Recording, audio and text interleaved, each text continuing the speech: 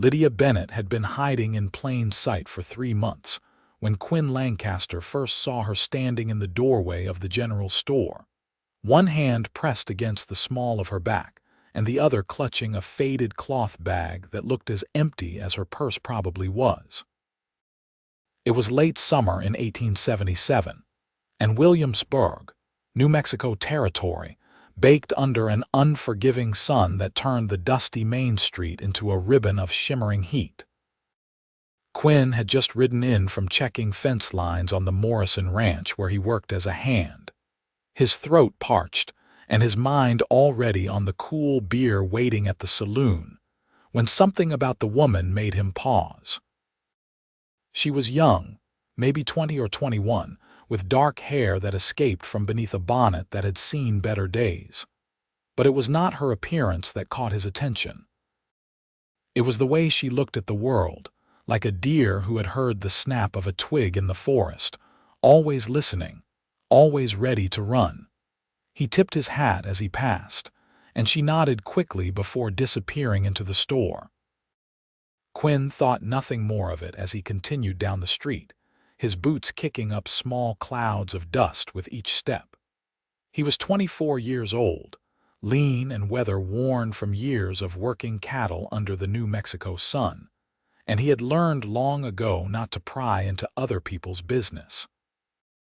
The West was full of people running from something, whether it was the law, a past mistake, or simply bad luck that had followed them like a shadow. Everyone deserved their privacy, and everyone deserved a chance to start fresh. The saloon was dim and relatively cool, and Quinn ordered his beer and took it to a corner table where he could drink in peace. The barkeep, a grizzled man named Henry who had been pouring drinks in Williamsburg since before the war, was in a talkative mood. "You see that woman who's been staying at the boarding house?" Henry asked, wiping down the bar with a rag that was questionable in terms of cleanliness. Quinn took a long drink before answering. "Which woman would that be?" "The young one, dark hair, keeps to herself something fierce. Mrs. Patterson, who runs the boarding house, says she hardly comes out of her room except to fetch water or use the privy. Been there near 3 months now, paying her rent on time but barely saying 2 words to anyone." "Maybe she likes her privacy," Quinn said, trying to keep the conversation from going where he suspected it was headed. "Maybe," Henry said, leaning forward with a conspiratorial look. "Or maybe she's hiding something. Mrs. Patterson says she hears crying sometimes, baby crying.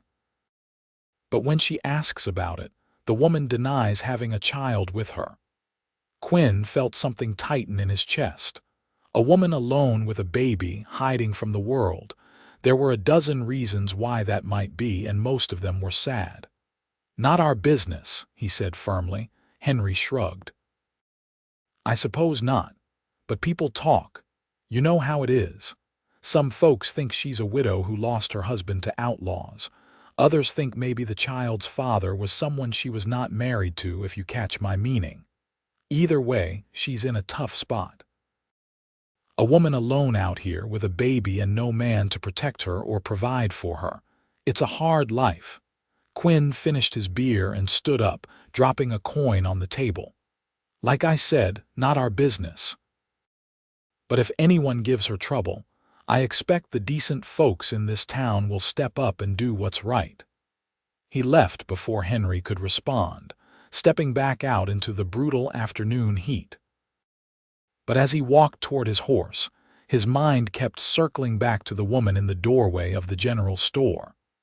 He had seen that look before, on the face of a coyote he had once found caught in a trap, its leg mangled but its eyes still fierce with the determination to survive. That kind of desperation did strange things to people. It made them dangerous or made them vulnerable, and either way, it usually ended badly.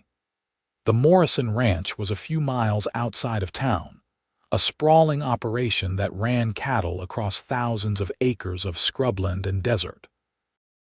Quinn had worked there for 2 years, Ever since he had drifted into Williamsburg after his own family ranch in Texas had been lost to debts and drought.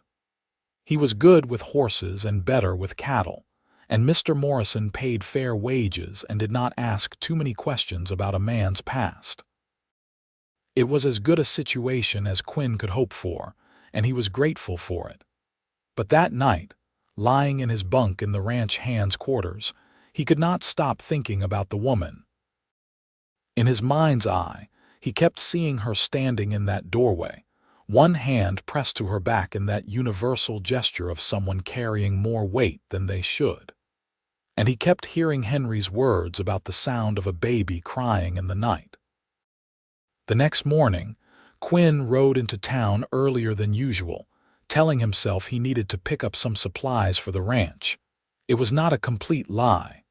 They did need more flour and coffee.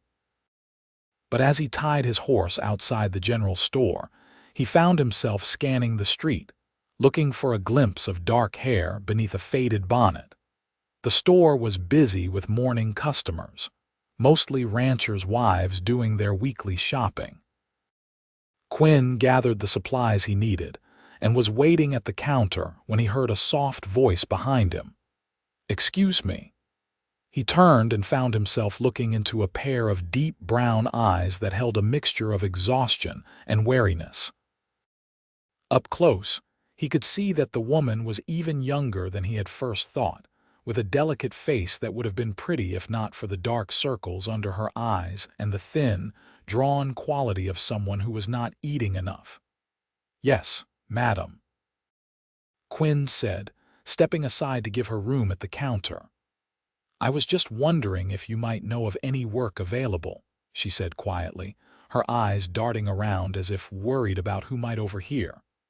"I can sew, and I am good with numbers. I could keep books or do laundry or clean houses." "Anything, really?" Quinn felt that tightness in his chest again. "I am afraid I do not know of anything off the top of my head," he said slowly, "but I could ask around if you like." "Thank you," she said, and there was such genuine gratitude in her voice that it made Quinn's heart ache. "I would appreciate that very much. My name is Lydia Bennett, Quinn Lancaster," he said, tipping his hat. "I work at the Morrison Ranch just outside of town." "I know the place," Lydia said. "Or at least I have heard of it. I have not been in Williamsburg very long." "Where are you from originally?" Quinn asked, then immediately regretted the question when he saw the way her expression shuttered closed. "Back east," she said vaguely. "I came out here hoping for a fresh start." Quinn nodded, understanding that was all the information she was willing to share. "Well, like I said, I will ask around about work. Where can I find you if I hear of something?" "I am staying at Mrs. Patterson's boarding house," Lydia said. "Room 6.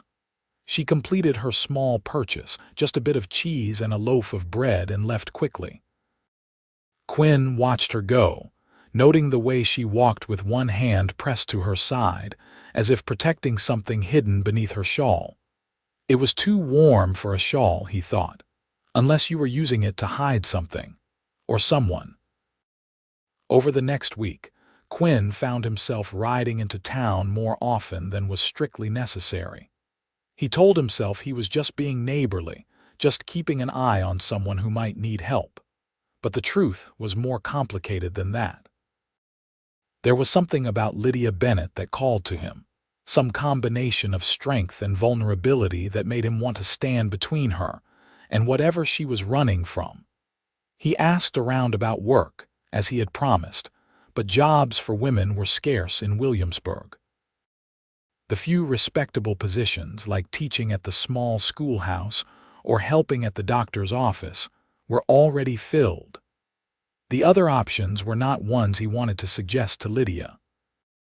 The saloon was always looking for girls, but that kind of work came with expectations that no decent woman should have to fulfill. There were a few ranchers' wives who might need help with laundry or housework, but when Quinn discreetly inquired, he found that word of the mysterious woman with the hidden baby had already spread, and most of the good church-going ladies of Williamsburg were not inclined to hire someone they considered morally suspect. It made Quinn angry, that snap judgment from people who had never experienced the kind of desperation that drove a woman to hide her own child. He had grown up poor, had watched his mother work her fingers to the bone trying to keep food on the table after his father died. He knew what it was like to be hungry, to be afraid, to feel like the whole world was against you. And he could not stand by and watch Lydia struggle without at least trying to help. The opportunity came on a Saturday afternoon, when Quinn was in town picking up his pay from Mr. Morrison, who kept an office above the bank. As he was walking down the stairs, counting the bills and trying to decide whether he could afford to send a little money to his sister back in Texas, he heard raised voices coming from the alley beside the bank. "I do not care what kind of arrangement you thought you had," a man's voice was saying, harsh and unforgiving. "Rent is due on the 1st and today is the 5th. Either you pay what you owe or you pack your things and get out. Please," came Lydia's voice, high and strained with desperation. "I just need a few more days. I have some sewing work that should pay enough, but the lady has not paid me yet. Please, Mr. Garrett, I have nowhere else to go." "Should have thought of that before you decided to keep a baby nobody wants," the man said coldly. "This is a respectable establishment, Miss Bennett. I cannot have unmarried women with bastard children driving away my other tenants." Quinn was moving before he had fully decided to intervene. He rounded the corner into the alley to find Lydia backed against the wall, her face pale and her hands clutched around that ever-present shawl. A heavy-set man in a cheap suit, presumably Mr. Garrett, who managed the boarding house for Mrs. Patterson, loomed over her with a sneer on his fleshy face. "Excuse me," Quinn said, his voice cutting through the tension like a knife. "Is there a problem here?" Garrett turned, his expression shifting from cruel satisfaction to forced civility when he saw Quinn standing there. "No problem at all, Mr. Lancaster. Just discussing a business matter with Miss Bennett here." "It sounded more like harassment to me," Quinn said mildly, but there was steel underneath the words. "Now see here," Garrett blustered. "This is between me and my tenant. No call for you to go sticking your nose in where it does not belong." Quinn ignored him and looked directly at Lydia. "How much do you owe?" "You do not have to," Lydia started, but Quinn held up a hand. "How much?" $15, she said quietly, her cheeks flushing with shame. "For this month, and what I still owed from last month." $15 was more than half of what Quinn had just been paid, money he had been planning to save or send to his sister. But looking at Lydia's face, at the fear and desperation in her eyes, he knew he could not walk away. He pulled the bills from his pocket and counted out $15, handing them to Garrett. "This covers her rent through the end of this month," Quinn said. "And I expect you to treat Miss Bennett with the respect any tenant deserves. If I hear you have been giving her trouble, Mr. Morrison will hear about it. And I imagine Mrs. Patterson would not be too pleased to know her manager is harassing young women in alleyways." Garrett snatched the money, his face red with anger and embarrassment. "Fine. But come next month she is on her own, and if she cannot pay, out she goes. I do not care who you are or who you work for." He stalked off, leaving Quinn and Lydia alone in the alley. For a long moment neither of them spoke. Then Lydia's face crumpled and she pressed her hand to her mouth, trying to stifle a sob. "I am sorry," she managed. "I am so sorry. I never wanted anyone to have to bail me out. I have been trying so hard to manage on my own." "It is all right," Quinn said gently. "Everyone needs help sometimes. There is no shame in that."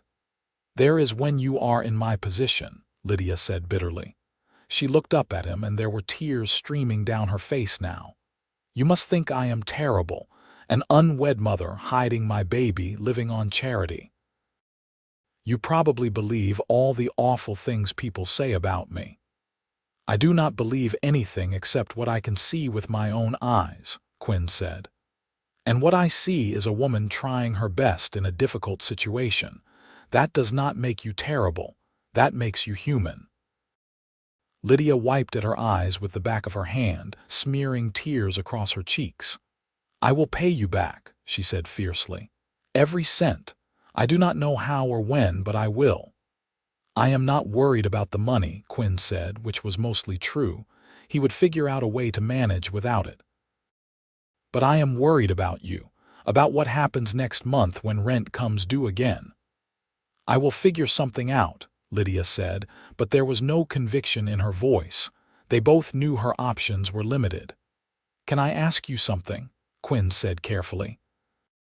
And you do not have to answer if you do not want to. But why are you hiding your baby?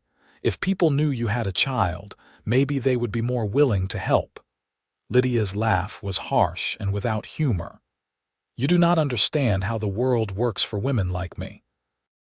If people knew for certain I had a baby, if they saw him and knew he existed, it would only make things worse. They would want to know where his father is. They would want to know if we were married. And when they found out the truth, they would either run me out of town or try to take my son away from me. Take him away. Quinn felt a chill run down his spine. Who would do that? There are homes for unwed mothers, Lydia said quietly. Places where they take babies away and give them to proper married couples. I have been running for months, ever since Thomas was born, trying to stay ahead of the people who think they know what is best for us. But I am his mother. I love him more than anything in this world.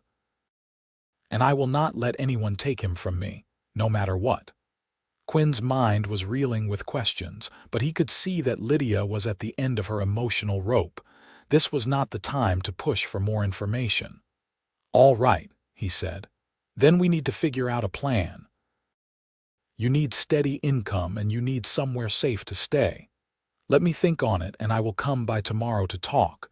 Will you be there? Lydia nodded, pulling her shawl more tightly around herself. Thank you, Mr. Lancaster. I know you do not owe me anything. I know I am just a stranger. But thank you for being kind when most people would not be. Call me Quinn, he said. And you are welcome. He watched her hurry down the alley and disappear around the corner, heading back toward the boarding house. Then he stood there for a long moment, staring up at the blue New Mexico sky and trying to figure out what he had just gotten himself into. That evening, Quinn sat on the porch of the ranch hand's quarters, smoking a cigarette and turning the problem over in his mind.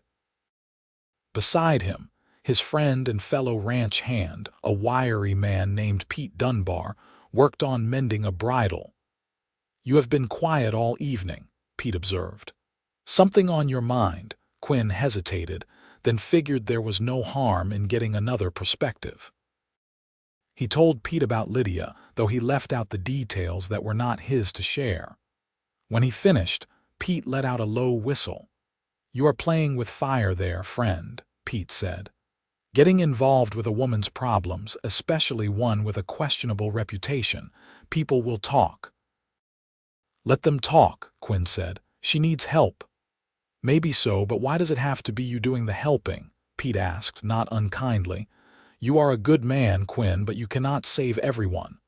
I am not trying to save everyone, Quinn said, just her and her baby. Pete was quiet for a moment, studying Quinn's face in the fading light. Then he smiled slightly. You are sweet on her. I barely know her, Quinn protested, but he could feel heat rising in his cheeks. Does not matter, Pete said. I know that look. I had the same look when I met my wife. God rest her soul. You see someone who needs help and you want to be the one to help them. But it is more than that. There is something about her that got under your skin. Quinn could not deny it. There was something about Lydia that drew him in, beyond just the desire to help someone in need. Maybe it was the strength he saw in her, the determination to protect her child no matter the cost. Or maybe it was something simpler than that. Maybe it was just the way she looked at him, like he was someone worth trusting in a world that had given her precious few reasons to trust anyone. Even if that is true, Quinn said slowly, it does not change the fact that she needs help. Practical help. She needs money and work and somewhere safe to raise her child. Well, there might be something there, Pete said thoughtfully. Old Joe Sanderson, who used to keep the books for the ranch, he is getting too sick to work. His eyes are going bad.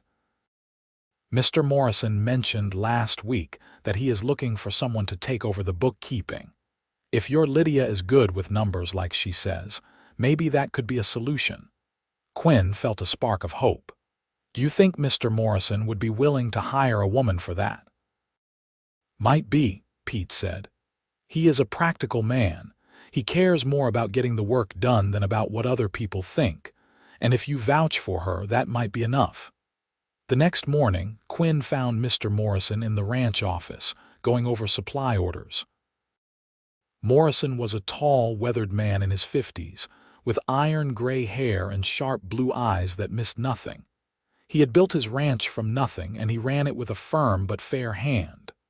"Boss, you got a minute?" Quinn asked from the doorway. "For you, sure," Morrison said, setting down his pen. "What is on your mind?" Quinn explained the situation as diplomatically as he could, emphasizing Lydia's skills and work ethic while glossing over the more scandalous details of her circumstances. To his credit, Morrison listened without interrupting, his expression thoughtful.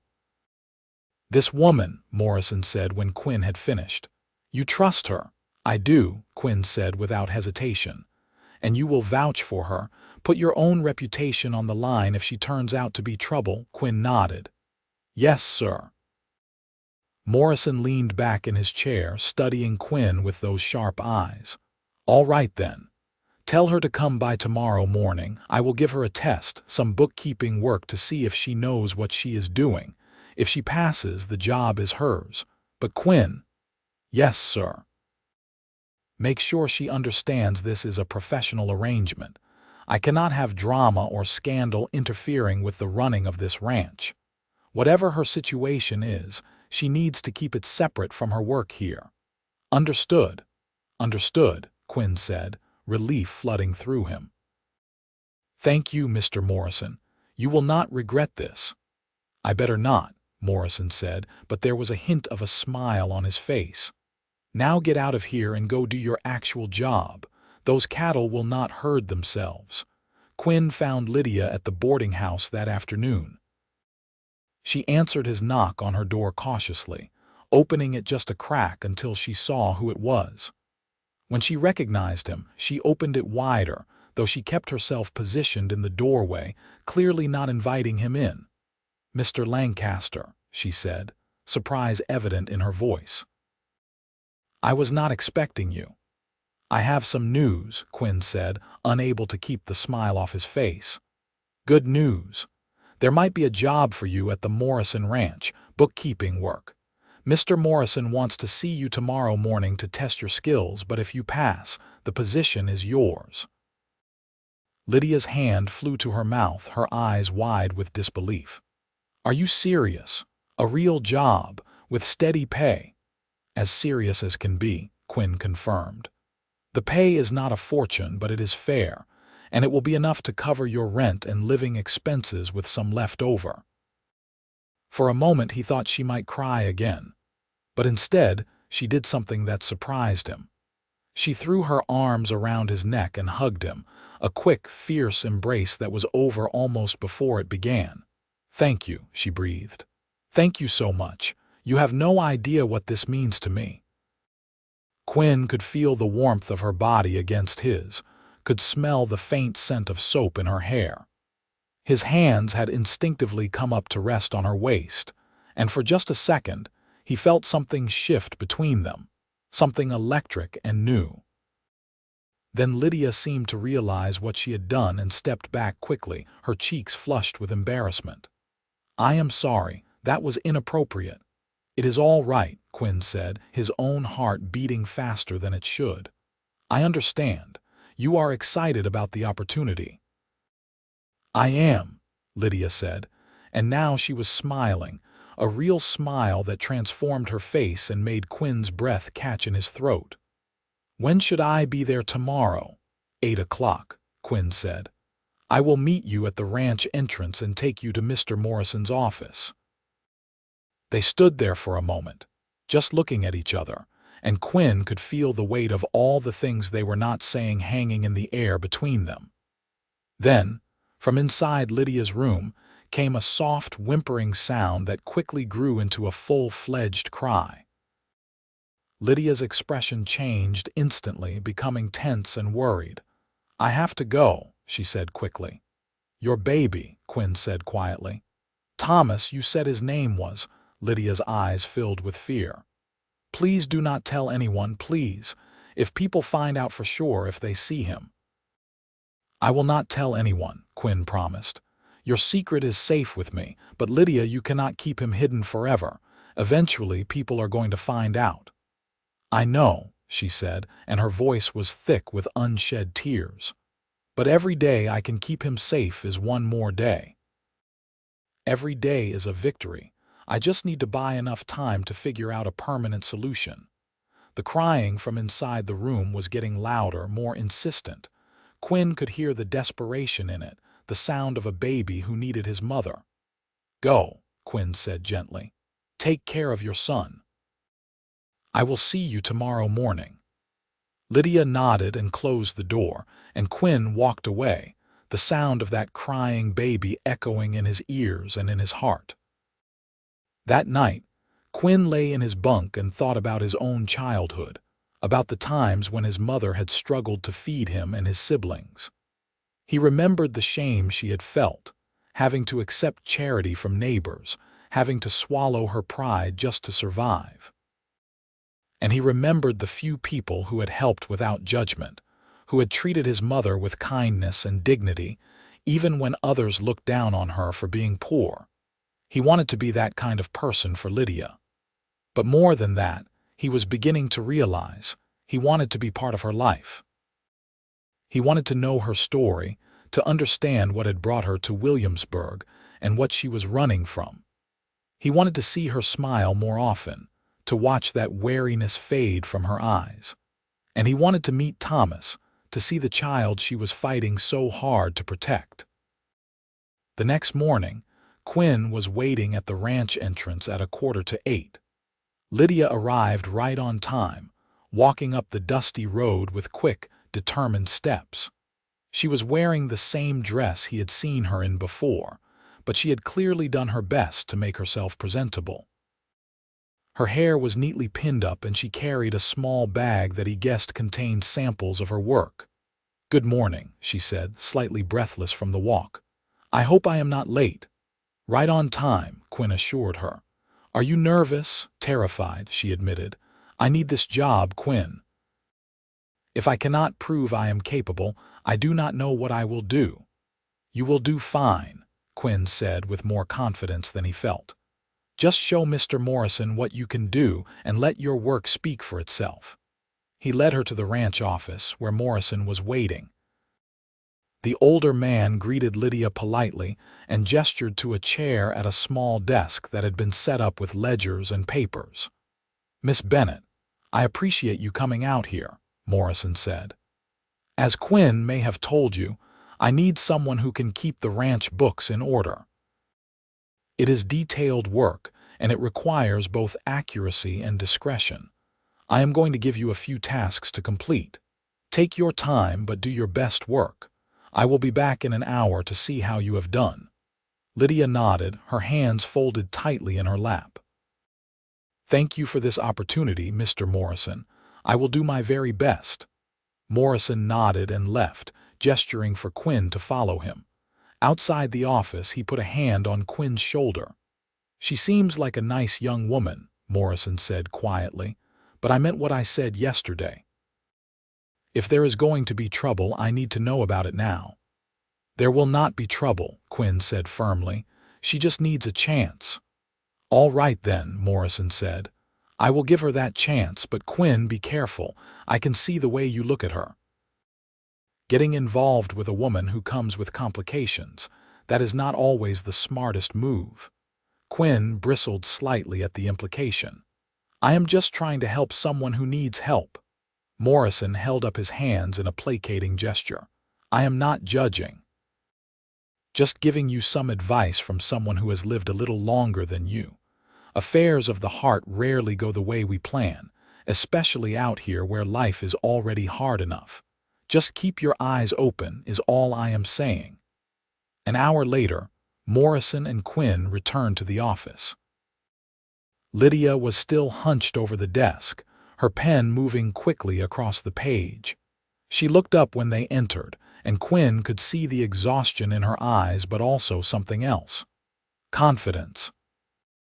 Morrison picked up the papers she had been working on and studied them carefully, his eyebrows rising slightly as he scanned the columns of neat figures.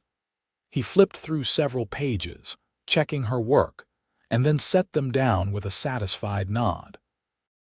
This is excellent work, Miss Bennett, he said. Better than Joe's been able to do for the past 6 months, if I am being honest. The job is yours if you want it. Lydia's face lit up with relief and joy. Oh, thank you, Mr. Morrison. Thank you so much. I promise you will not regret this. I expect I will not, Morrison said.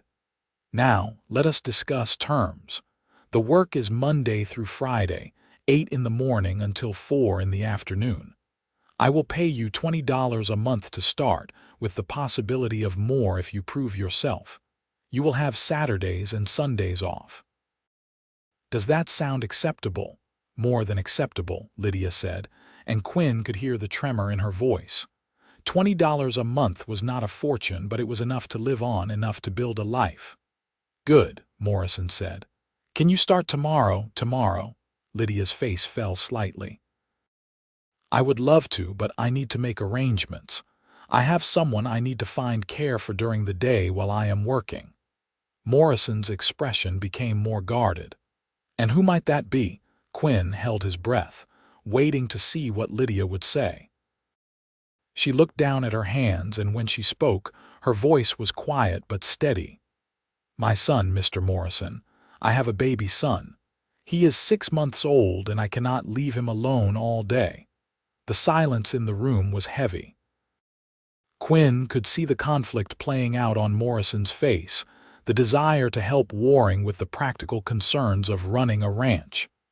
I see, Morrison said finally. That does complicate things. I understand if you need to withdraw the offer, Lydia said, lifting her chin with dignity even though Quinn could see tears threatening in her eyes.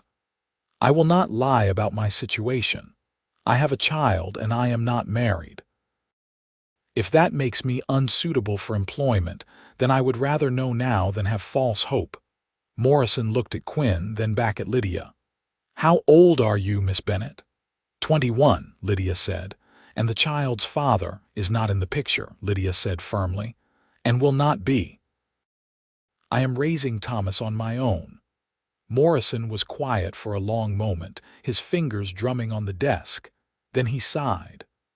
My own mother raised me on her own after my father died, he said. I was just a baby, not much older than your son. It was hard on her, trying to work and care for me at the same time. But she managed, and I like to think I turned out all right. He stood up and walked to the window, looking out at the ranch he had built. I will make you a deal, Miss Bennett. The foreman's old cabin has been empty since he retired last year. It is small, just 2 rooms and a kitchen, but it is sound. You can live there, rent-free as part of your compensation. That way you can keep your son with you during the day while you work. As long as he does not interfere with your duties, I see no reason why that arrangement should not work. Lydia stood up so quickly she nearly knocked over her chair. You would let me live on the ranch with Thomas, and I can keep him with me while I work. That is what I am proposing, Morrison said. Though I expect discretion. I do not need all my ranch hands knowing every detail of my employees' personal lives. As far as anyone needs to know, you are a widow and your child's father died before he was born. Understood. "Understood," Lydia said, and now the tears did fall, streaming down her cheeks in rivers of relief and gratitude. "Thank you, Mr. Morrison. You have no idea what this means to me. What you are giving me is more than just a job. You are giving me and my son a chance at a real life." "You are welcome," Morrison said gruffly, clearly uncomfortable with her emotion. "Now go get your things from the boarding house. Quinn, you help her move her belongings to the cabin. I want her settled in by this evening." "Yes, sir," Quinn said, his own relief making him feel almost light-headed. As they walked out of the office, Lydia grabbed Quinn's hand and squeezed it tightly. "Thank you," she whispered, "for everything, for believing in me when no one else would." "You earned this yourself," Quinn said. "I just pointed you in the right direction." They walked together toward town, the morning sun climbing higher in the sky and warming the dusty New Mexico landscape. Quinn found himself acutely aware of Lydia's hand still in his, of the way her fingers felt small and warm against his palm. When she finally let go, reaching up to wipe the tears from her face, he felt the loss of that contact like a physical thing. "I need to go pack my things," Lydia said as they approached the boarding house. "And I need to get Thomas. He has been alone most of the morning. Mrs. Lawson from the room next door has been checking on him, but I hate leaving him for so long." "Can I help?" Quinn asked. "With the packing, I mean. You must not have much, and it will go faster with 2 people." Lydia hesitated, and Quinn could see the conflict in her face. Inviting a man into her room, even for innocent purposes, would only fuel the gossip that already swirled around her, but practicality won out over propriety. "All right," she said. "Thank you." Her room was small and sparse, with just a narrow bed, a dresser, and a washstand. But what caught Quinn's attention was the makeshift cradle in the corner, fashioned from a drawer lined with blankets. Inside, a baby lay sleeping, his tiny fists curled next to his face. Quinn approached slowly, not wanting to wake him, and looked down at the small face. Thomas had his mother's dark hair and delicate features. His skin was pale, and Quinn could see the faint blue tracery of veins beneath the translucent skin of his eyelids. He was so small, so vulnerable. The thought of this tiny person being out in the world with only his mother to protect him made something fierce and protective flare up in Quinn's chest. "He is beautiful," Quinn said softly. "He is everything to me," Lydia said, coming to stand beside Quinn. She reached down and gently stroked her son's cheek with one finger. "I know what people think. I know they judge me for having him without being married, but I do not regret him for 1 second. He is the best thing that ever happened to me." "You do not have to explain yourself to me," Quinn said. "Or to anyone else for that matter. You are his mother and you are doing your best for him. That is all that matters." Lydia looked up at him, and the expression in her eyes made Quinn's breath catch. "You are a good man, Quinn Lancaster, better than I deserve." "That is not true," Quinn said firmly. "You deserve help. You deserve kindness. You deserve someone in your corner." They stood there for a moment, close enough that Quinn could count the flecks of gold in Lydia's brown eyes. Then Thomas made a soft mewling sound and the spell was broken. Lydia moved to pick him up, cradling him against her shoulder with practiced ease. "He will wake up properly in a minute, and then he will need to be fed," she said. "Maybe you could start packing my clothes while I take care of him." Quinn nodded and busied himself gathering Lydia's few belongings. She did not have much. 2 dresses besides the one she was wearing, some undergarments and stockings, a hairbrush, and a small book of poetry that looked well worn. It all fit easily into a single carpet bag. There were also some baby clothes, tiny garments that looked impossibly small in Quinn's large hands, and a few cloth diapers. While Lydia fed Thomas, sitting on the bed with her back to Quinn to maintain some modesty, Quinn carried the bags down to his horse and secured them to the saddle. When he came back up, Lydia had finished feeding the baby and was gathering the last few items. "I need to pay Mr. Garrett for this month," she said. "Since Mr. Morrison already covered it, I should get that money back to you." "Keep it," Quinn said. "Consider it a housewarming gift for your new home." "Quinn, I cannot," Lydia protested. "You have already done so much." "You can and you will," Quinn said firmly. "Besides, you will need supplies for the cabin. Use the money for that." Lydia looked like she wanted to argue further, but Thomas chose that moment to let out a loud, wet burp that made them both laugh. The tension broke, and Lydia shook her head with a smile. "All right," she said, "but I am keeping track of everything you have done for us. Someday, when I am in a position to, I will pay you back. Every kindness, every dollar. I promise." They made one stop on the way back to the ranch at the general store where Quinn bought supplies for Lydia: flour, sugar, coffee, beans, bacon, eggs, milk, and some canned goods. He also bought a proper cradle, ignoring Lydia's protests about the expense.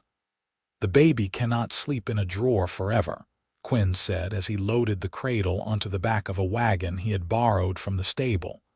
"And before you argue, this is from me to Thomas. Every baby deserves a real bed." The cabin was at the far end of the ranch property, nestled in a grove of cottonwood trees that provided some shade from the relentless sun. It was small, as Morrison had said, but it was well built and had a solid roof. The main room had a fireplace, a table with 2 chairs, and some shelves. The bedroom was just big enough for a bed and the cradle, and the kitchen had a cast iron stove and a dry sink. "It is perfect," Lydia breathed, looking around with wonder. "It is like a palace compared to that boarding house room." They spent the afternoon making the cabin livable. Quinn swept out the dust and cobwebs while Lydia unpacked their belongings. He brought in firewood and got the stove working, and she made the bed with fresh linens that Morrison had provided. Thomas spent most of the time sleeping in his new cradle, occasionally waking to look around with wide, curious eyes. As the sun began to set, painting the sky in shades of orange and purple, Quinn realized he should be getting back to the bunkhouse. But he found himself reluctant to leave, to break the easy domesticity that had settled over the afternoon. "I should go," he said finally. "You must be exhausted and you have a big day tomorrow." "Thank you, Quinn," Lydia said, walking him to the door, "for everything.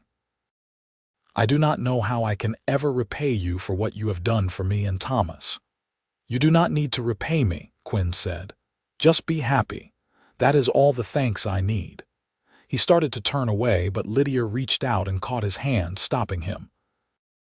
When he looked back, she was standing very close, her face tilted up toward his. "Can I ask you something?" she said quietly. "Why are you helping me, really? You do not know me. You do not know my story or what I might have done. So why go out of your way for a stranger?" Quinn thought about how to answer that. He could tell her it was just the decent thing to do, which was true but not the whole truth. He could tell her about his own childhood, about understanding what it meant to be poor and desperate, which was also true but still not complete. Or he could tell her the real reason, the one that had been growing clearer in his mind with each passing day. "Because from the first moment I saw you," he said slowly, "I felt like I needed to know you, not just help you but really know you. And I know that probably sounds strange because we just met, but there is something about you, Lydia, something that makes me want to be near you, to be part of your life, if you will let me." Lydia's eyes had gone very wide and her hand tightened on his. "You barely know me," she whispered.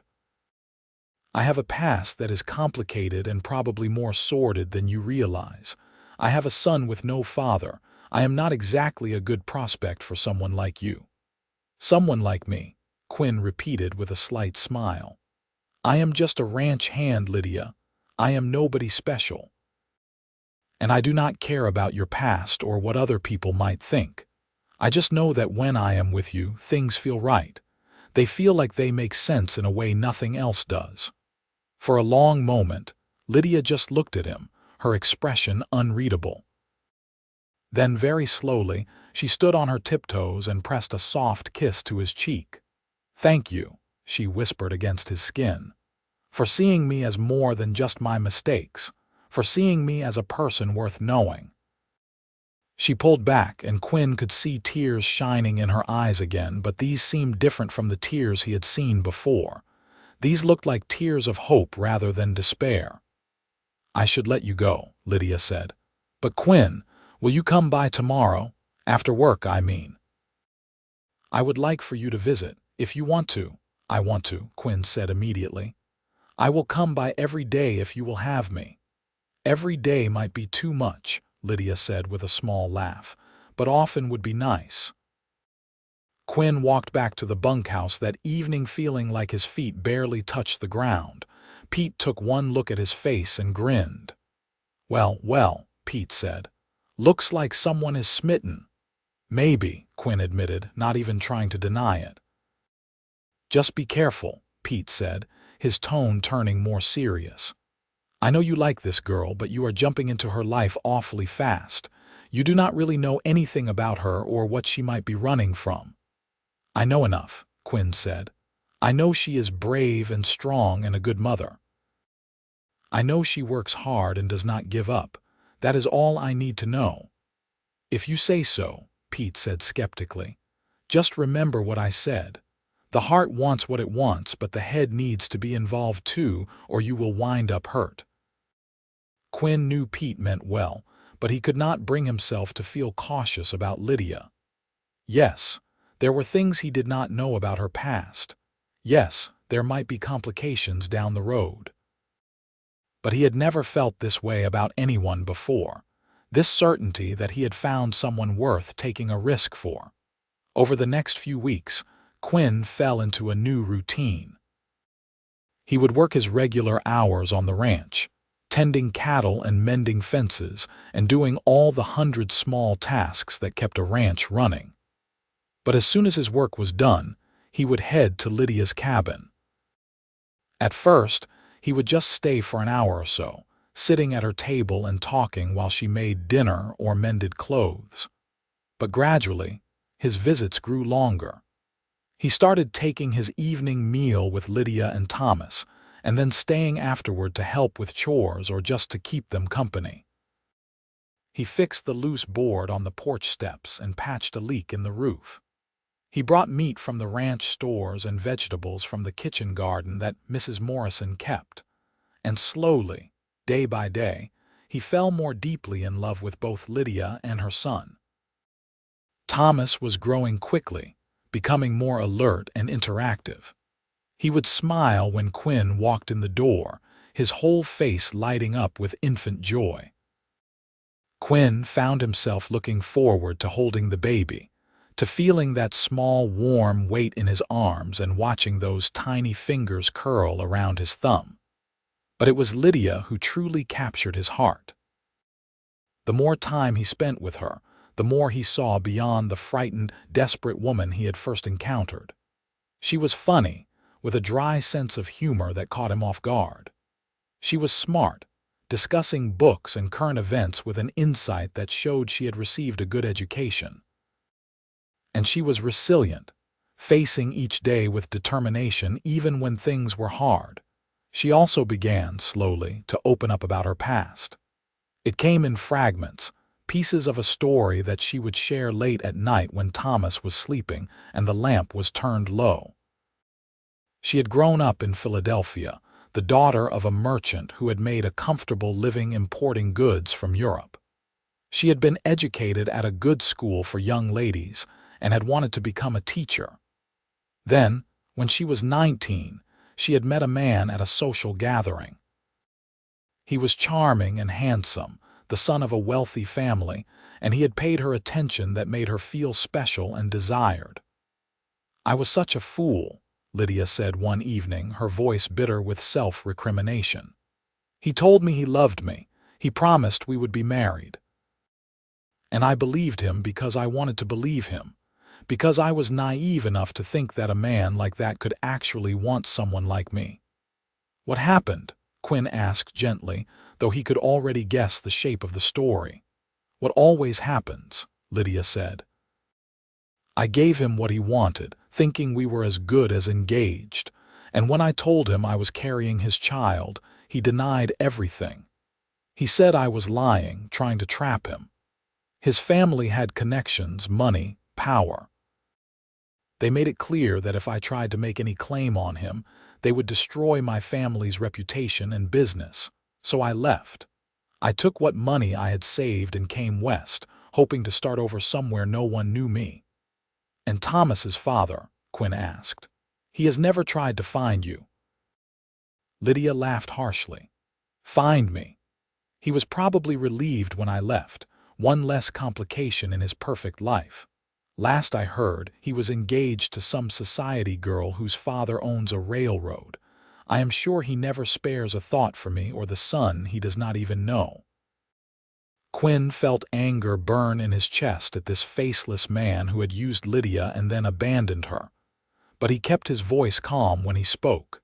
He is a fool and a coward. Any real man would be proud to call you and Thomas his family. Lydia looked at him with an expression that was equal parts gratitude and sadness. You are very kind, Quinn, but you know what the world thinks of women like me. Fallen women. Ruined. No matter that he was equally responsible, in society's eyes it is always the woman's fault. Society is wrong, Quinn said firmly, and anyone who judges you does not know what they are talking about. I wish everyone saw things the way you do, Lydia said softly. The world would be a much kinder place. As September turned into October and the blazing heat of summer gave way to cooler autumn days, Quinn realized that what he felt for Lydia had deepened into something profound and unshakable. He loved her, not just the idea of her or the desire to help her, but her. He loved the way she sang softly to Thomas when she thought no one was listening. He loved the way she threw herself into her work at the ranch, determined to prove she was worth the chance Morrison had given her.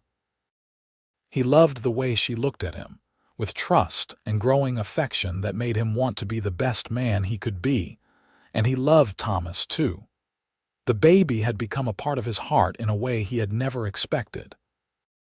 He loved the weight of Thomas in his arms, the way the baby would fall asleep on his chest while Lydia cleaned up after dinner.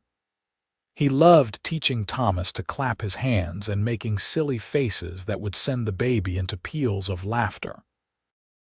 He wanted to be Thomas's father in all the ways that mattered. He wanted to teach him to ride a horse and rope cattle. He wanted to be the one Thomas ran to when he was hurt or scared. He wanted to watch him grow up and become a man, but more than anything, he wanted Lydia to be his wife. He wanted the right to take care of her and Thomas, to give them his name and his protection. He wanted to fall asleep next to her every night and wake up next to her every morning. He wanted to build a life with her, a real family. The question was whether she felt the same way. She clearly cared for him. That much was obvious in the way she smiled when he arrived, in the way she saved the best portions of dinner for him, in the small touches and glances they shared. But caring was not the same as love, and Quinn needed to know if what he felt was reciprocated before he could act on it. The opportunity to find out came on a Sunday in late October. Mr. Morrison had given Lydia the day off, and Quinn had no work obligations either. It was a beautiful autumn day, cool but not cold, with a brilliant blue sky overhead. Quinn suggested they take a picnic up into the hills behind the ranch, and Lydia had agreed with an enthusiasm that made his heart soar. They packed food and blankets and set off mid-morning, with Thomas bundled against Lydia's chest in a sling she had fashioned. They found a spot on a hilltop that overlooked the valley, with a view that stretched for miles in every direction. While Lydia spread out a blanket and got Thomas settled, Quinn unpacked the basket of food they had brought. "This is beautiful," Lydia said, looking out at the landscape. "I have never been up here before." "I come up here sometimes when I need to think," Quinn said. "It is peaceful. Makes you feel like you can see forever." They ate their lunch in companionable silence, enjoying the food and the view.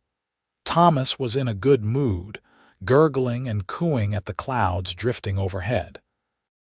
After they finished eating, Lydia lay back on the blanket with Thomas on her chest, and Quinn lay beside them, propped up on one elbow so he could look at them both. "Can I ask you something?" Lydia said after a while, her eyes still on the sky. "Anything," Quinn said. "What do you want from life?" "Like, what is your dream?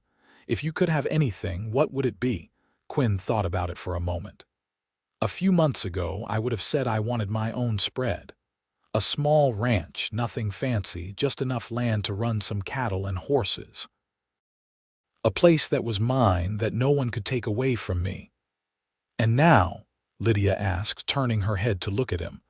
"Now I want something different," Quinn said slowly. "Or maybe not different, but more. I still want that ranch, but I do not want it to be just mine. I want it to be ours.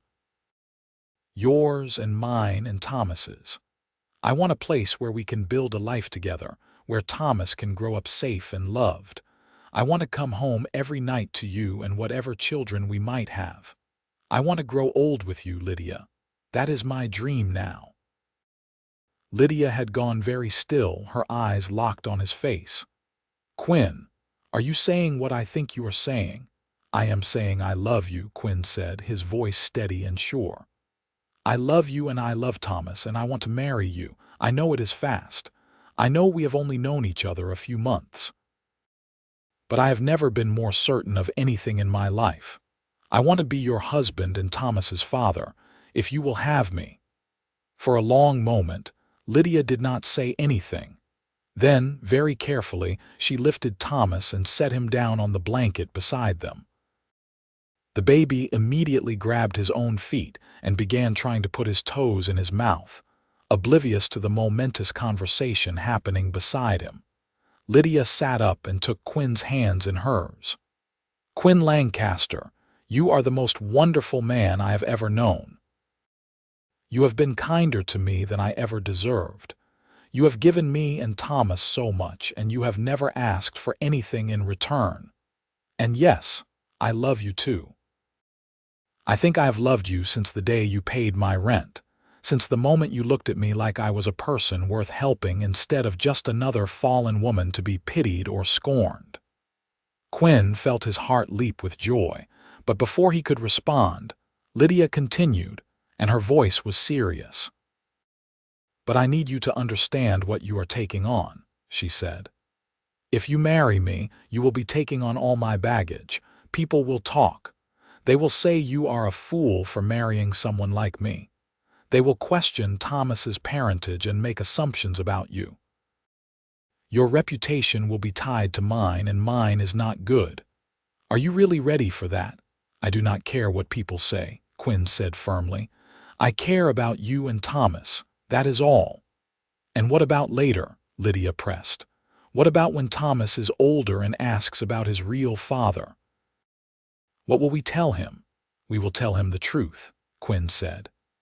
"That his birth father was not able to be part of his life, but that I chose to be his father in every way that matters. We will tell him he was loved and wanted from the moment he was born. And if that is not enough for him, we will deal with it together as a family." Lydia's eyes filled with tears, but she was smiling. "You really mean it, do not you? You really want this?" "I have never meant anything more in my life," Quinn said. "Marry me, Lydia. Let me take care of you and Thomas. Let me love you both for the rest of my life."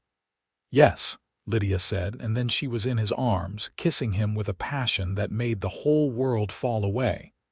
"Yes, yes, yes, I will marry you, Quinn Lancaster. I will marry you and love you and be the best wife I can be." They held each other on that hilltop for a long time, Thomas babbling contentedly beside them, and Quinn felt a sense of rightness settle over him like a warm blanket. This was what he had been searching for his whole life without knowing it. This was home. They were married 3 weeks later, on a crisp November day, in the small church in Williamsburg. It was a simple ceremony, with just a handful of people in attendance. Mr. Morrison and his wife, Pete Dunbar, and a few of the other ranch hands who Quinn had become friends with. Mrs. Morrison had helped Lydia make a new dress for the occasion, a simple but pretty gown in blue cotton that brought out the color of her eyes. Thomas, now 8 months old and getting more active by the day, sat on Mrs. Morrison's lap during the ceremony and clapped his hands when Quinn and Lydia exchanged vows, as if he understood the significance of what was happening. The preacher kept the ceremony short and sweet, and if he had any opinions about Lydia's past, he kept them to himself. When he pronounced them man and wife, Quinn kissed Lydia with all the love and promise in his heart, and the small congregation applauded. After the ceremony, the Morrisons hosted a small reception at the ranch house, with food and cake and even some champagne that Morrison had been saving for a special occasion. Quinn danced with his new wife in the parlor while someone played the piano, and he thought he had never seen anything more beautiful than Lydia smiling up at him with joy and love shining in her eyes. That night, they returned to the cabin, which was now officially their home. Quinn carried Lydia over the threshold while she laughed, and then they put Thomas to bed together, both of them singing him a lullaby until he drifted off to sleep. Later, lying in bed with Lydia in his arms, Quinn felt overwhelmed by the enormity of what had happened. Just a few months ago, he had been alone, with no family and no real prospects beyond his job at the ranch. Now he had a wife and a son, and a future that looked brighter than anything he had ever dared to imagine. "Are you happy?" Lydia whispered in the darkness. "Happier than I have ever been," Quinn said honestly. "You? So happy I am afraid I might wake up and find this was all a dream," Lydia said. "You have given me everything I had stopped believing I could have. A home, a family, respect. I love you so much, Quinn." "I love you too," Quinn said, holding her closer. "And this is not a dream. This is real and it is ours, and nothing is going to take it away from us." They made love for the first time as husband and wife, and it was gentle and passionate and everything Quinn had hoped it would be. Afterward, they lay tangled together, and Quinn felt a sense of peace settle over him. This was where he was meant to be. This was who he was meant to be with. The winter of 1877 into 1878 was mild by New Mexico standards, with only a few light snowfalls and temperatures that rarely dropped below freezing. Quinn continued his work at the ranch, but now he had something to come home to every night. Lydia thrived in her position as bookkeeper, impressing Morrison with her efficiency and attention to detail. And Thomas grew and changed seemingly every day, learning to crawl and then to pull himself up on furniture, always exploring and getting into everything. In February, Lydia discovered she was pregnant. She told Quinn one evening after they had put Thomas to bed, her hands shaking slightly as she placed his palm on her still flat stomach. "Already," Quinn said, surprise and joy flooding through him in equal measure. "Is that all right?" Lydia asked nervously. "I know it is soon. Thomas is not even a year old yet, but I thought you would be happy." "Happy?" Quinn pulled her into his arms and spun her around, making her laugh. "I am thrilled. This is wonderful news, Lydia. We are going to have a baby, our baby." He caught himself and looked at her seriously. "I mean, Thomas is our baby too. I do not want you to think I love him any less." "I know you do not," Lydia said, touching his face gently. "You have been as much a father to him as any man could be, more than his actual father ever was. But I understand what you mean. This baby will be ours from the very beginning. something we created together out of love. Their second son was born in late September of 1878, a healthy baby boy with Quinn's blue eyes and Lydia's dark hair. They named him James Quinn Lancaster. And Thomas, now a sturdy toddler of 16 months, was fascinated by his baby brother. Lydia took a few weeks off from her bookkeeping duties after James was born, but then she was back at work, juggling two small children and her job with a grace that amazed Quinn. He helped as much as he could, taking over evening feedings and diaper changes, getting up in the middle of the night when one of the boys cried. They were exhausted most of the time, but it was a happy exhaustion, the kind that came from building something meaningful together. In the spring of 1879, when Thomas was 2 and James was 6 months old, Quinn had a conversation with Mr. Morrison that would change everything. "I have a proposition for you," Morrison said one day when Quinn came to his office to discuss some ranch business. "I am getting older, and this place is getting to be too much for me to manage on my own. I have been thinking about dividing off a section of the ranch and selling it to someone I trust, someone who could run it as their own spread while still being close enough to help with the main ranch when needed." Quinn's heart started beating faster. "How big a section?" 2,000 acres, Morrison said. "Good grazing land with a creek running through it. Enough to run a decent herd of cattle and some horses. I am thinking about asking $5,000 for it, which is well below market value. But like I said, I want it to go to someone I trust." $5,000 might as well have been $5 million as far as Quinn was concerned. It was a fortune, far more than he could ever save on a ranch hand's wages. His disappointment must have shown on his face because Morrison smiled. "I am not expecting you to have that kind of money lying around," Morrison said. "I am proposing a different arrangement. You work for me for another 5 years, and I will deduct $1,000 a year from what I would pay for your labor. At the end of 5 years, the land is yours, free and clear. In the meantime, you can build on it, improve it, run your own cattle on it. What do you say?" Quinn could barely breathe. "Mr. Morrison, I do not know what to say. That is incredibly generous." "You have been a good employee and a good friend," Morrison said.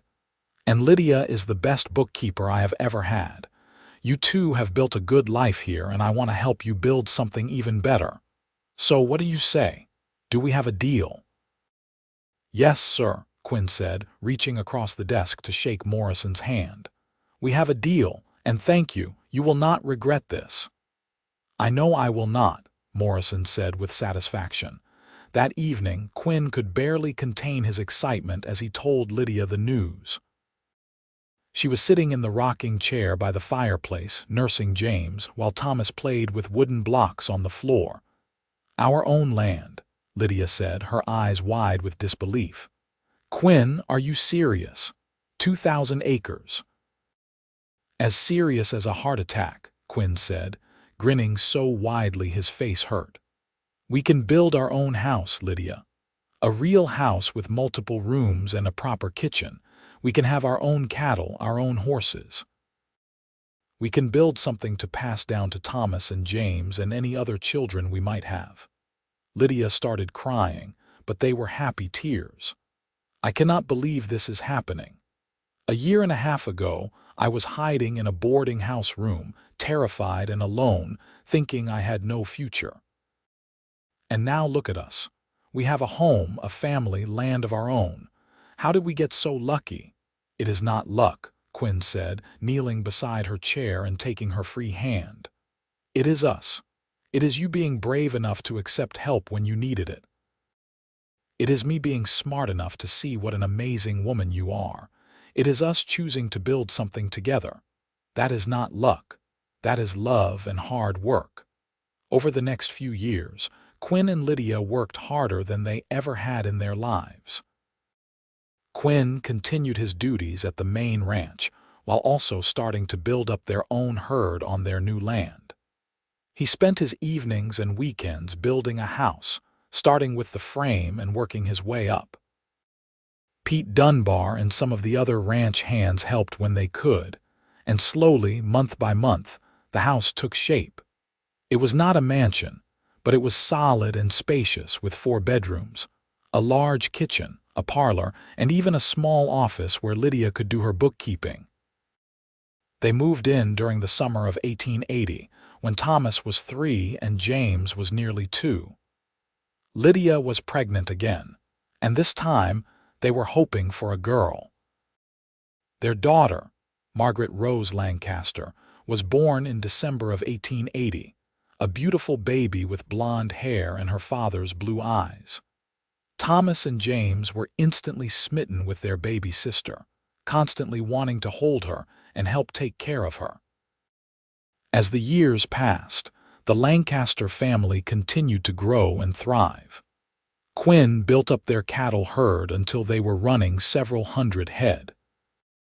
Lydia cut back on her bookkeeping work at the main ranch, focusing instead on managing their own household and helping Quinn with the business side of their operation. They added chickens and pigs, and Lydia planted a large garden that provided vegetables for their table and extra to sell in town. Thomas grew into a serious, thoughtful boy who loved books and learning. At Lydia's insistence, they hired a tutor from Williamsburg to come out 3 times a week to teach the children reading, writing, and arithmetic. Thomas excelled at his lessons and talked about maybe becoming a lawyer when he grew up. James was the opposite of his older brother, active and adventurous, always getting into scrapes and coming home dirty and disheveled. He loved working with the cattle and the horses, and Quinn knew that James would probably be the one to take over the ranch when he was older.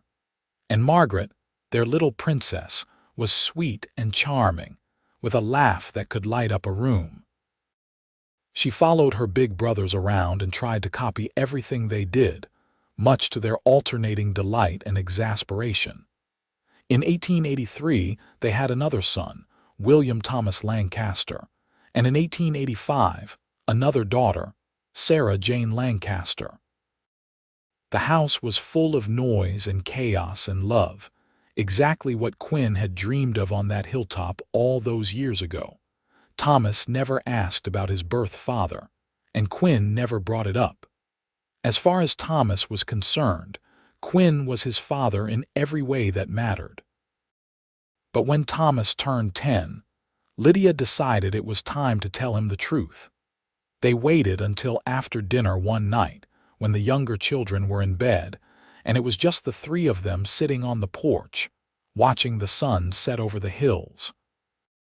"Thomas, there is something we need to talk to you about," Lydia began, her voice gentle but serious. Thomas looked up from the book he was reading, instantly alert. "Am I in trouble?" "No, sweetheart, nothing like that," Lydia assured him. She glanced at Quinn, who nodded encouragingly. "It is about your family, about where you came from." Over the next half hour, Lydia explained everything as gently as she could. She told Thomas about his birth father, about the circumstances of his conception, about how she had come to New Mexico alone and afraid. And she told him about Quinn, about how he had stepped in and chosen to be Thomas's father when he had no obligation to do so. Thomas listened quietly, his young face serious and thoughtful. When Lydia finished, he was quiet for a long moment. Then he looked at Quinn. "So you are not my real father," Thomas said slowly. Quinn's heart clenched, but he kept his voice steady. "I am your real father in every way that matters. I chose you, Thomas. I chose to love you and raise you and be your father. Blood does not make a family. Love makes a family." Thomas thought about this for a moment. Then he got up from his chair and walked over to Quinn, wrapping his arms around his father's neck. "You are my real father," Thomas said firmly. "You are the one who taught me to ride a horse and helped me with my lessons. You are the one who is here every day. I do not care about some man back east who did not want us. I care about you." Quinn held his son tightly, tears streaming down his face. "I love you, Thomas. I have loved you since the first moment I saw you. You are my son, and you always will be." "I love you too, Pa," Thomas said, and Quinn's heart swelled with joy at that simple word. Pa. He was Pa, and he always would be. By 1887, 10 years after Quinn had first seen Lydia standing in the doorway of the general store, the Lancaster family was firmly established in Williamsburg.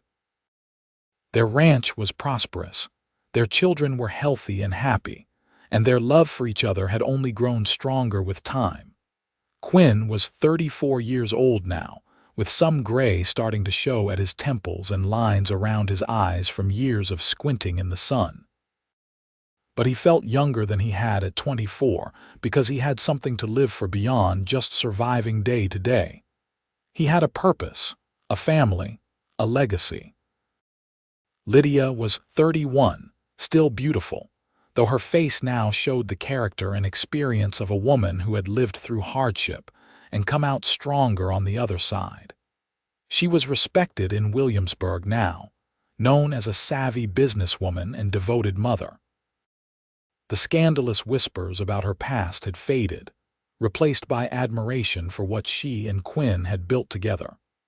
One evening in late summer, after they had put the children to bed, Quinn and Lydia sat on the porch of their house, watching the stars come out in the vast New Mexico sky. Lydia was resting her head on Quinn's shoulder, and he had his arm around her waist, holding her close. "Do you ever think about how different things could have been?" Lydia asked quietly, "if you had not helped me that day? If you had just walked past and minded your own business like most people would have?" "I try not to," Quinn said honestly. "Because thinking about a world where I do not have you and the children, that is too painful to contemplate." "I would probably have ended up back on the streets," Lydia said, her voice soft but matter-of-fact. "Or in one of those homes for fallen women where they would have taken Thomas away from me. I was at the end of my rope that day when you paid my rent. I had no more options, no more tricks up my sleeve. You saved me, Quinn. You saved both of us." "You saved yourself," Quinn corrected gently. "I just gave you a hand up. You did the hard work of building a new life." "We did it together," Lydia said, tilting her face up to look at him. "That is what makes it so special. We built this life together out of nothing but hope and hard work and love, and look what we have now. 5 beautiful children, a prosperous ranch, respect in the community. We have everything I never dared to dream I could have." "We do," Quinn agreed. "And you know what the best part is? We are not done yet. We have so many more years ahead of us, so many more memories to make, watching our children grow up and have families of their own. Growing old together. That is what I am looking forward to." "Me too," Lydia said, snuggling closer to him. "Me too." They sat in comfortable silence for a while, listening to the sounds of the night. In the distance, they could hear cattle lowing softly. From inside the house came the occasional cry of one of the younger children having a bad dream, quickly soothed back to sleep. It was the soundtrack of their life, and Quinn would not trade it for anything. "I love you, Lydia Lancaster," Quinn said, pressing a kiss to the top of her head. "I love you too, Quinn Lancaster," Lydia replied. "Thank you for taking a chance on a desperate woman with a baby and too many secrets." "Thank you for trusting me enough to let me into your life," Quinn said. "You are the best thing that ever happened to me." As the years continued to roll by, the Lancaster family remained a fixture in Williamsburg and the surrounding area. Thomas grew into a fine young man and did indeed become a lawyer, opening a practice in town and fighting for justice for those who could not afford expensive legal representation. He married a schoolteacher named Emily, and they gave Quinn and Lydia 3 grandchildren. James took over the day-to-day running of the ranch when he turned 21, proving to have his father's skill with cattle and his mother's head for business. He expanded their operation, buying more land and increasing their herd size. He married the daughter of a neighboring rancher, and together they had 4 children who ran wild across the rangeland just as James had done. Margaret became a teacher like her sister-in-law Emily, opening a small school right there on the ranch property so that the children of ranch families did not have to travel all the way to town for their education. She married a local shopkeeper, and they had 2 children. William followed in his father's footsteps, working the ranch alongside James and eventually starting his own spread on land that Quinn helped him purchase. He married late but happily, and he and his wife had 1 daughter whom they doted on. Sarah, the youngest, surprised everyone by becoming a nurse. She went to nursing school in Santa Fe and returned to Williamsburg to work with the local doctor, providing medical care to ranch families and townspeople alike. She never married, saying she was married to her work, but she was beloved by everyone who knew her. Quinn and Lydia lived to see all of their children settled and successful. They lived to see grandchildren born and watch them grow. They lived to celebrate their silver wedding anniversary, with all their children and grandchildren gathered around them, and through it all, their love for each other never wavered. They still held hands when they walked together. They still stole kisses when they thought no one was looking. They still sat on the porch in the evenings, watching the sunset and talking about their day. Quinn was 54 years old when he finally asked Lydia the question that had been on his mind for years. "You ever regret it?" He asked one evening as they sat in their usual spot on the porch, now both gray-haired and weathered but still deeply in love. "Coming west. Everything you went through." Lydia thought about it for a long moment before answering. "I regret the choices that led me to that place," she said slowly. "I regret trusting someone who did not deserve my trust. I regret the naivety that got me into trouble. But I do not regret coming west, because if I had not, I never would have met you. I never would have had this life, this family, and that would have been the real tragedy." "I am glad you came west," Quinn said, squeezing her hand. "Selfishly, I am glad for everything that happened because it brought you to me. We were meant to find each other," Lydia said with certainty. "I truly believe that. In all the vast world, in all the possible places we could have ended up, we found each other in a dusty little town in New Mexico. That was not coincidence. That was fate. Or divine providence," Quinn suggested. "Or that," Lydia agreed with a smile. When Quinn was 62 years old, he died peacefully in his sleep, with Lydia beside him, as he had always wanted. The whole town of Williamsburg turned out for his funeral, a testament to the respect and love he had earned over his years there. His children and grandchildren mourned him deeply, but they also celebrated the life he had lived and the legacy he had left behind. Lydia lived another 8 years after Quinn's death, surrounded by her children and grandchildren. She never remarried, saying that she had already had the great love of her life and did not need another. She spent her final years working with Sarah at the clinic, teaching her grandchildren to read, and telling anyone who would listen about the cowboy who had saved her and her baby all those years ago. When Lydia died at the age of 70, she was buried beside Quinn on a hilltop overlooking the ranch they had built together. The same hilltop where he had proposed to her all those decades ago.